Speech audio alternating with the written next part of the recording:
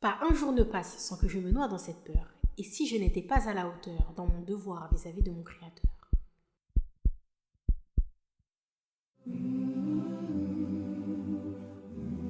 Assalamu alaikum wa rahmatullahi wa barakatuh.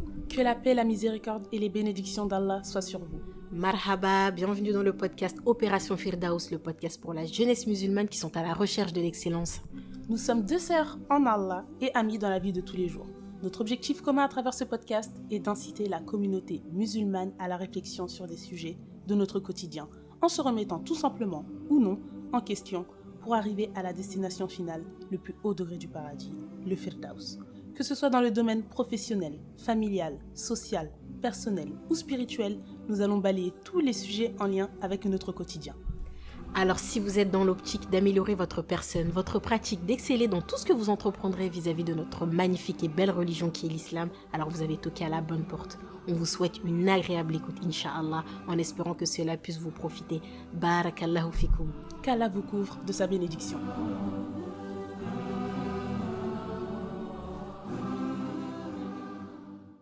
Assalamu alaikum wa rahmatullah, la team OPF. On espère que vous vous portez bien. Bienvenue dans notre deuxième hors-série et on va aborder... Je peux finir s'il te plaît ? Ouais. Je me fais un délire là.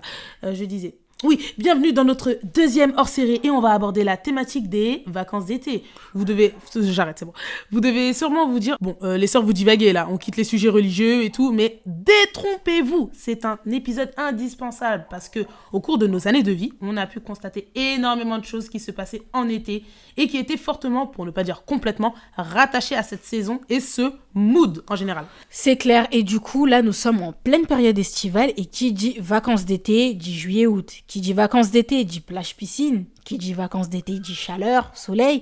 Qui dit vacances d'été dit barbecue, journée longue, nuit courte. Et qui dit vacances d'été dit repos, chill, détente. Max détente. Et si ce n'était seulement ça, si c'était que ça, franchement ce serait top, alhamdoulilah. Mais malheureusement pour certains, en entendant vacances d'été, c'est tout de suite fête à gogo, soirée, concert, showcase, mixité dans les fêtes, terrasses, restaurants ou trans, sortir toutes les prières de son temps et notamment la prière de l'aube. Et pendant les vacances d'été, beaucoup se lâchent. C'est comme si en fait on s'octroyait une pause pour faire tout et n'importe quoi, comme si l'islam et les règles qu'Allah a fixées étaient partis en congé et qu'elles revenaient en septembre pour la rentrée. Pour la rentrée, Inch'Allah. C'est ça. Et du coup, les règles d'Allah sont les mêmes, peu importe le moment, le lieu, etc. Et on a du mal à comprendre ça, on a l'impression. Et en fait, on a une éthique et une conduite à tenir toutes les vacances en tant que musulman. C'est ça. Toute l'année. Même pas que les vacances. Non, toute l'année. Toute l'année, exactement. Et dans cet épisode hors série, on verra que les vacances d'été, c'est fait pour se reposer, faire le plein d'énergie et non pas faire des activités illicites et mettre la religion en stand-by. Cet épisode est vraiment un rappel pour tous et nous en premier lieu, pour qu'on soit en fait en vacances avec de bons principes, une bonne ligne de conduite et ne pas faire voler en éclats tous les efforts que l'on a fournis spirituellement pendant le ramadan et même post-ramadan, etc. Donc, commençons par le commencement. Tout d'abord, nous sommes d'accord pour dire qu'on a besoin de vacances et de repos. On est dans une société où on doit travailler 11 mois et ensuite avoir 5 semaines de congé. Et cela en plus depuis qu'on est en maternelle, vraiment pauvre de nous. On se réveille aux aurores, depuis les couches culottes. Bon, c'est tant mieux d'une autre part. On a quand même appris à se réveiller tôt. C'est bien. On va pas tirer toujours sur la même chose. Et on sait pertinemment que l'été est une saison particulière qui se différencie des autres saisons. On s'habille différemment, on sort différemment, on mange différemment, on profite clairement différemment. Donc, à l'approche des vacances d'été, certaines personnes en fait sont excitées à l'idée de se dire qu'elles vont enfin souffler, se reposer, penser à autre chose, etc. Et c'est très bien. Et c'est tout de même à chaque fois une année de dur labeur que certains ont passé, etc.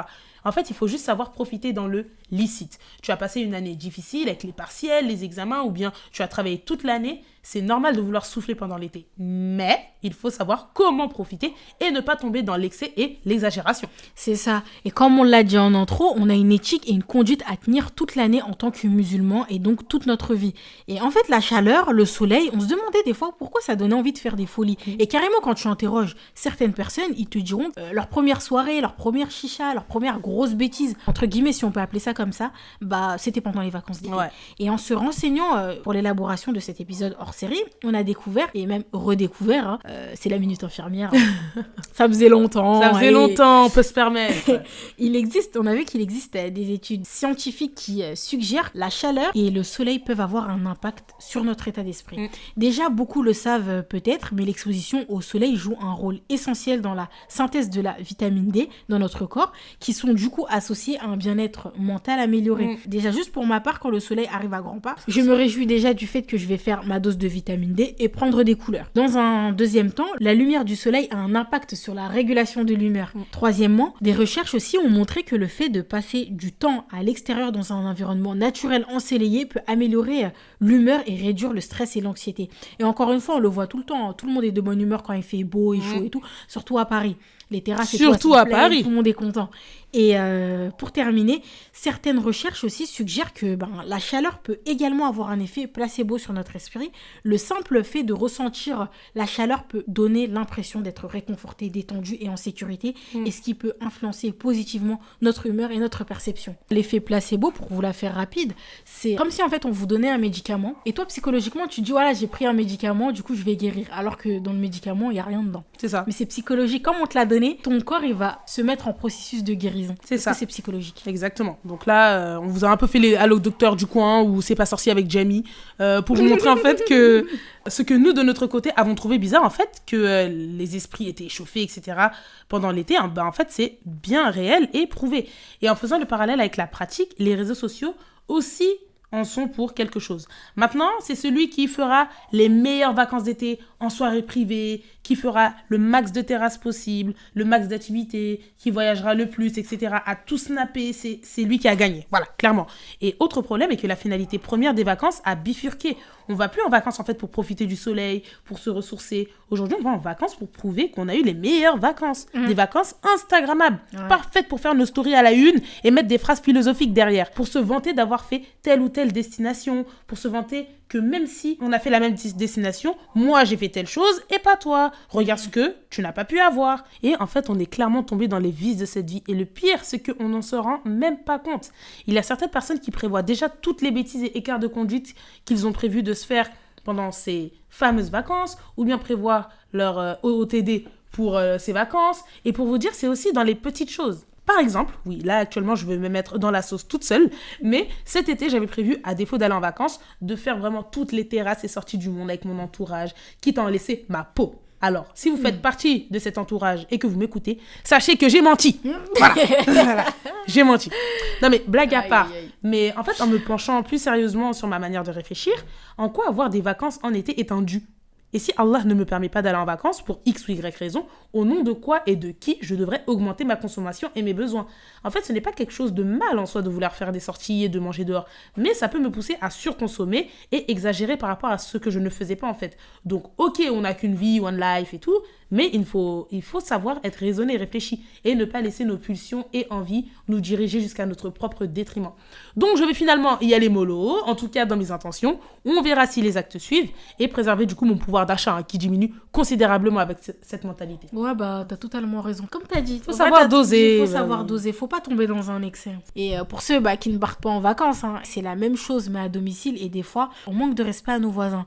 Musique à fond en voiture, fenêtre ouverte, même chez soi, qui empêche même les voisins de dormir, des nuisances. Les gens, ils parlent fort, ils rigolent fort. Il y en a même qui font de la motocross à 2h du matin. Mais franchement, il faut en parler de ça. Et là, je sais pas si vous entendez, tout à l'heure, il y a un chien qui aboie.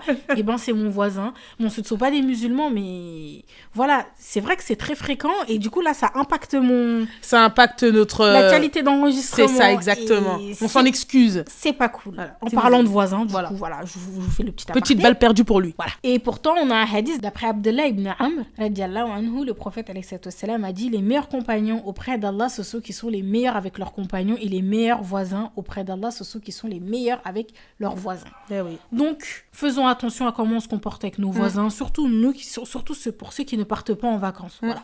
Et le pire, c'est que on est conscient en fait. Et tu sais, des fois, on va faire du bruit et tout. Il va être 2h du matin, on va dire: oh, c'est bon, c'est les vacances. Nanana, s'ils sont pas contents, ils ont qu'à mettre des doubles fritrages, ils ont qu'à aller habiter dans une maison, ils ont qu'à habiter dans une campagne. Non. En fait, on abuse. On est en tort et on se permet, en fait, de leur faire des reproches et tout, alors qu'il n'y a aucun passe-droit et que des personnes n'ont pas l'occasion d'être en vacances l'été. Ils doivent aller travailler et tout. Et pour l'anecdote, une fois, pas loin de chez moi et tout, il y a un monsieur, il a eu tellement marre des motocross qu'il a tiré à la carabine sur ceux qui en faisaient. Jusqu'au jusqu'où les nuisances sonores peuvent mener, et nous sommes en fait des musulmans et on doit avoir un comportement exemplaire. Et ce genre de comportement arrive malheureusement souvent en été. C'est ça, exactement. Et en plus, on voit aussi dans la communauté des sœurs qui respectent l'obligation de se couvrir, donc du coup du voile, très bien, en se conformant à toutes les conditions, toute l'année. Mais une fois l'été arrivé, elles dévoilent des parties de leur aura, le cou par exemple, des parties de leur intimité établies par Allah. Et les tenues deviennent de plus en plus légères. Et subhanallah, même quand on veut se couvrir en mettant un burkini, en fait, on a tendance à le mettre pour se rassurer. Alors qu'on sait très bien que la plupart des burkinis sont très limités, on va dire, niveau couvrance. Et on observe que l'on est ici confronté au même problème, que l'on respecte l'obligation du voile ou non, que l'on se découvre un peu, voire beaucoup plus pendant cette période. Et on a tendance à minimiser nos actes et se dire oh, « ce n'est que le temps des vacances ». On a même en fait des catégories de vêtements chez nous, des vacances d'été, à base de mini-jupes, shorts, robes. On catégorise même nos vêtements spécialement pour l'été. Ouais. On se dit même, je vais faire mon shopping pour les vacances d'été. C'est toujours, on prépare toujours quelque chose de spécial pour l'été. L'été, franchement, c'est quelque chose. C'est pour ça que c'est très important d'en parler. Et ça, je le jure par là, c'est le mood des vacances d'été. Surtout quand tu es à l'étranger, des fois, tu te permets des choses que tu ne ferais même pas. Et pourquoi, en fait, on se permet autant d'écart ? On sait que c'est très dur de garder son voile en période de forte chaleur. Mais en fait, il faut se rappeler pourquoi est-ce qu'on le fait et se rappeler de la très grande récompense qu'il y a derrière. Plus l'épreuve est dure, plus la récompense est belle. Et on n'est pas dans cette vie pour avoir les épreuves les plus faciles. Mais si tu passes des vacances en mode juste fast life, soirée tous les jours, tu dors pas, tu fais que des choses que Allah n'aime pas, tu vas rentrer de vacances et excusez-moi, mais tu seras KO, tu seras vraiment explosé. Alors qu'à la base, c'est fait pour se ressourcer. Tu dois te reposer. Tu n'auras pas beaucoup de motivation pour les adorations. Tu auras encore tout cet esprit festif dans ta tête. Et on peut l'observer. On se remémore pendant des mois ces périodes. Les photos, les vidéos, on se fait des compiles, des réels sur Instagram et tout. On est très nostalgique après de ces moments-là. Et pour l'anecdote, à un moment, moi, j'avais remarqué que pendant les vacances d'été, des fois, ma foi est baissée parce que pour moi, les vacances, c'était uniquement profiter de la vie. Parce que durant l'année, je pouvais pas. J'allais à l'école et tout. Je travaillais. Et pendant les vacances, j'avais grave du temps. Du coup, je me disais, allez, je rattrape tout, entre guillemets. Et quand j'allais en vacances, même un Coran ou un petit recueil d'invocations, je ne mettais pas dans ma valise. En fait, j'y pensais même pas. Alors que maintenant, c'est bon. Ça fait partie de mes indispensables parce que j'ai compris que l'âme et l'islam ne prennent pas de vacances. C'est le corps et l'esprit qui prennent des vacances. Exactement. Et du coup, encore une dernière petite anecdote. Par Castor aujourd'hui, hein. Encore une anecdote. Désolée. Mais quand je partais en vacances dans mon pays d'origine, qui est un pays musulman et tout, des fois, je disais, ouais, de toute façon, c'est de la faute du pays. Chaque fois que je pars là-bas, ma foi, quand je reviens, elle est pas au top, bla bla bla et tout. Non, c'est pas le pays, c'était moi. Mais c'était clairement moi parce que au final, maintenant que je me suis beaucoup plus investie dans la religion, je l'ai compris. Carrément, j'étais contente. Je me disais, mais c'est trop bien, tu peux faire toutes tes prières à l'heure. Il y a l'adhan à toutes les prières. Tout est facilité. Mais c'est juste que moi, j'étais dans mon mood vacances d'été, je sors toute la journée et puis c'est tout. En fait, t'avais pas les mêmes principes, on va dire. Jeter la faute sur le pays. Oui, sachant que tu vis dans un... C'est fini et tout. Non, sachant que tu vis dans un pays quand même qui est pas musulman. Donc le contraste, il était... Exactement ça. Et aussi, tu peux t'instruire pendant les vacances. Juste le fait de lire un livre que tu ramènes à la plage, tu sais, t'es en mode détente et tout. Mais j'avoue que maintenant, si tu lis un livre à la plage, on va dire que ouais, tu vis pour les caméras, tout ce tu fais ça, c'est vrai. Alors que non, pas du tout. Pas du tout, pardon. Je dis ça parce que durant l'année, on n'a pas forcément le temps de lire par manque de temps et tout. Et du coup, profiter aussi de ces vacances pour s'instruire. Pas faire que de la lecture et tout, mais s'instruire un petit peu parce que pendant les vacances, on va pas se mentir, on a énormément de temps libre. On a beaucoup de temps libre. On va pas à l'école, voilà. Et après, chacun gère ses vacances comme il veut. Il n'y a pas de liste exhaustive ou quoi, mais il faut juste savoir profiter de ses vacances de manière licite. C'est ça. Et aussi, malheureusement, on a aussi tendance à aller dans des lieux non fréquentables, qui est une chose. L'exposer fièrement d'aller dans ces lieux non fréquentables, c'en est une autre. Et d'ailleurs, on a un hadith d'après Abu Huraira, radiallahu anhu, le prophète sallallahu alayhi wa sallam a dit: toute ma communauté est pardonnée, sauf ceux qui font de la mujahara. Et certes, fait partie de la mujahara qu'un homme fasse quelque chose la nuit, puis au matin, alors que Allah l'a caché. Il dit: oh un tel, hier j'ai fait telle et telle chose. Certes, il a passé la nuit en étant caché par son Seigneur, et le matin, il découvre ce que son Seigneur a caché. C'est rapporté par Bukhari. Alors déjà, pourquoi, en tant que musulmans, qui sont censés adorer Allah plus que tout et se plier à ses règles, on se crée ce besoin de se retrouver dans ces lieux? Même lorsqu'en fait, on ne fréquente pas ces lieux, où nous habillons de manière correcte, notre comportement à l'égard de nos obligations change. Nous nous permettons de retarder nos prières sous prétexte que nous sommes en activité. Nous nous permettons de délaisser la lecture du Coran sous prétexte qu'on n'a pas le temps. Nous nous permettons d'abandonner les prières surérogatoires comme si on était sûr que nous n'aurons pas besoin de ces précieuses prières. Comme si nous avions un passe-droit pour alléger nos pratiques. Pourtant, Allah subhanahu wa ta'ala nous prévient dans la sourate 22, Al-Hajj, le pèlerinage, verset 74. ما قدر الله حق قدره إن الله لقوي عزيز. Ils n'ont pas estimé Allah à sa juste valeur. Allah est certes fort et puissant. Tout ça parce qu'on n'a pas bien compris c'est quoi être musulman. C'est pas un CDI que l'on peut poser de temps en temps, des congés. Ouais. Non, on peut pas poser de congés en fait. On ne dit pas que c'est facile, mais être musulman, c'est être en constante lutte. Nombreux versets où Allah nous met en garde contre le fait de céder aux jouissances de cette vie. Est-ce qu'on peut avoir une vie pleine de jouissances où on cède à la moindre tentation et le paradis? Bonne On question. peut pas en fait. On peut pas. Et si l'on craint réellement Allah et craint son châtiment, alors cela va le pousser à s'empresser vers les bonnes actions et à délaisser les péchés. Et ainsi, elle atteindra son objectif qui est d'entrer dans le paradis et d'être préservée du châtiment du coup. Et d'après Abu Huraira radiallahu anhu, le prophète alayhi salatu wassalam a dit « Celui qui a peur de ne pas arriver à bon port se met en route de bonheur et celui qui se met en route de bonheur atteint l'endroit de sa sécurité. » Attention, la marchandise d'Allah est très chère. Attention, la marchandise d'Allah, c'est le paradis. À chaque fois que les vacances d'été approchent, on oublie et on met de côté notre réel objectif. Or, qui nous dit qu'Allah subhanahu wa ta'ala, il ne va pas nous reprendre notre âme à ce moment-là? On oublie que chaque action faite, on la retrouvera au jugement dernier et chaque action, aussi minime soit-elle, sera sujette au regret. Le fameux jour des regrets. Et ce jour-là, on sera tellement effrayé qu'on se souviendra du moindre petit acte fait par négligence.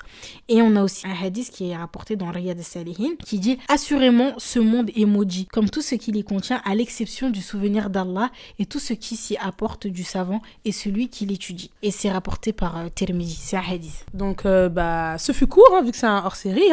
Arrête de dire que c'est un hors-série parce qu'il y a des hors-séries, ils vont être longs. Ouais, c'est vrai. Voilà. Pour finir, avant de vraiment vous conclure, toute ma vie, en fait, je vais me souvenir de cette anecdote qui s'est passée en été. Je sais plus c'était en quelle année, et vraiment chaque été je pense à El Allah Rahma. En fait c'était la mort de 2 jeunes femmes qui avaient été annoncées sur un réseau social lorsqu'elles étaient en vacances en Amérique latine. Elles sont décédées là-bas, et au même moment un jeune homme est décédé d'un accident de moto si je me trompe pas, et vraiment en fait comment vous dire la baffe que j'ai reçue à l'annonce de leur décès, alors que je les connaissais ni d'Adam ni d'Ève, mais en fait ça m'avait tellement choquée. Et en plus de cela, le compte du frère en question était encore actif. Certes, on peut se donner n'importe quelle image sur les réseaux sociaux, mais dans tous les cas, on se garde toujours d'avoir le bon soupçon. Et le frère postait souvent des rappels en lien avec notre quotidien, notre génération. Il se demandait même s'il allait être encore en vie pour connaître le bienfait du mariage, etc. Et en fait, j'étais extrêmement triste, mais vraiment.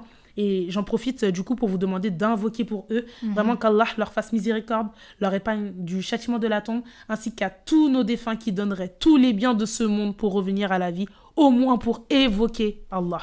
Nous qui sommes encore en vie, alhamdoulilah, profitons du temps qui est encore à notre portée. Pour combien de temps, on ne sait pas. Pour œuvrer un maximum, arrêter nos péchés, s'efforcer à les arrêter au moins, en se faisant violence, car il n'y a que ça qui marche avec nous, ou en commençant par diminuer et limiter cela. Il faut le vouloir soi-même pour que ça soit effectif. Et pour le vouloir, il faut regretter et se rendre compte de la gravité de nos actes. Et pour cela, il faut craindre et aimer plus que tout celui qui veut notre bien le plus au monde. Et pour cela, il faut le connaître et connaître le but de notre vie. Tu es en train de dire, il faut s'instruire. Tout simplement. Voilà. Si à la fin des vacances, tu rentres avec une baisse de foi et un manquement au niveau des adorations, il faut faire une rétrospective vraiment au niveau de ces vacances.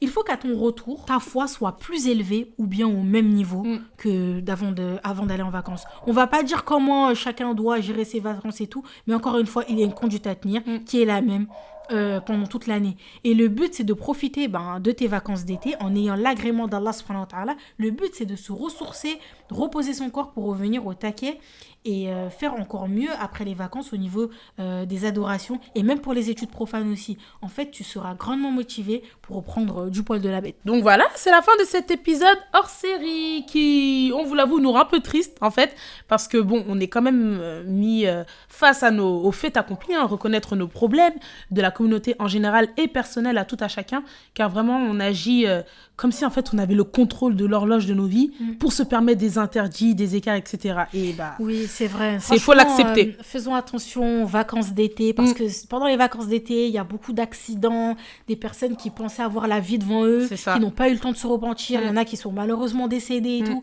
Donc vraiment, ne faisons pas nos vacances d'été un chemin pour aller en enfer, mais plutôt pour aller au paradis. C'est ça. Voilà.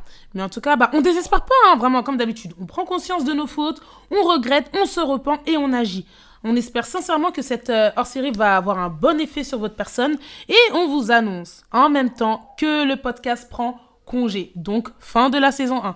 On se met en mode off pendant les vacances afin de se concentrer sur nous-mêmes, notre quotidien, revoir la suite aussi du podcast qui revient à la rentrée, Inch'Allah, avec la saison 2. Avec peut-être des changements. En tout cas, on va voir tout cela pendant notre pause. Et on essayera de rester active. En tout cas, on essayera de rester active sur Instagram. On est toujours joignable, vous nous connaissez maintenant. Et donc, voilà. En tout cas, un grand merci à l'accueil et à la force que vous avez donné à ce podcast. En se lançant, en fait, en début d'année, on partait avec un seul objectif de conseils, de transmission, de remise en question. Et vous avez été nombreux à apprécier, à nous recommander, à nous écrire, à nous noter. Et vraiment, alhamdoulilah pour tout. Vraiment, c'est Allah qui donne. Et qu'Allah donne à ce podcast le succès et l'amplitude qu'il mérite. On remercie encore une fois et invoque pour notre team OPF de choc derrière les projecteurs qui font vraiment un travail remarquable et qui se donnent tout autant que nous. Et on remercie également Steph à la régie, Nadine à la rédaction, Sophie et Hervé pour l'éclairage. On remercie aussi Lucie pour la com auprès des journaux télévisés sur lesquels on a fait des apparitions. Je remercie également ma fille Lola qui nous écoute depuis Toulouse. Bisous ma chérie, je t'embrasse. On remercie aussi la mairie de Paris pour les prêts des locaux. Merci à Denis de nous avoir soutenus depuis le début de cette aventure et de toujours avoir cru en nous. On remercie aussi tous les partenaires. On peut pas tous vous citer, mais la reconnaissance est là. On vous aime et on invoque. Plus sérieusement, plus sérieusement, on remercie vraiment notre équipe OPF qui est derrière les projecteurs, mais les vrais, les du coup, sociaux, pas Sophie, Nadine et tout. Non, mais comme on vous l'avait dit dans l'épisode des fréquentations, on est une équipe derrière, il n'y a pas que Khadija et Mariam. Et du coup, vraiment, on invoque Allah subhanahu wa ta'ala qu'il vous préserve le plus longtemps auprès de nous jusqu'au Firdaus. Amin. On s'arrête là parce que là, ça commence à ressembler à des adieux alors qu'on revient en septembre. Ouais, c'est vrai. Vous pourrez écouter ou réécouter nos épisodes de podcast en tout jour, 24h sur 24, 7 jours sur 7, sur toutes les plateformes d'écoute. Et vous aussi, vous pouvez nous dire quel a été votre épisode qui vous a le plus plu de la saison 1, qui vous a percuté, préféré et tout. Et vous pouvez aussi, si vous en avez marre de nous, écouter d'autres podcasts et tout. On a fait une liste de podcasts sur notre story permanente, op.firdaus sur Instagram. Et du coup, on implore Allah subhanahu wa ta'ala par ses noms les plus beaux et attributs les plus parfaits, de nous bénir, de faire de ces vacances d'été un repos bénéfique pour pouvoir mieux l'adorer. Amin. Qu'Allah nous guide sur le droit chemin et fasse de nous des personnes pieuses, au comportement exemplaire. Qu'Allah subhanahu wa ta'ala pardonne à tous nos défunts, qu'Allah nous accorde le Firdaus comme dernière demeure. Qu'Allah azza wa jal étende ses prières et ses salutations sur notre bien-aimé prophète Mohammed alayhi salatu wassalam, sur sa famille ainsi que ses compagnons radiallahu anhum. Assalamu alaikum wa rahmatullahi wa barakatuh.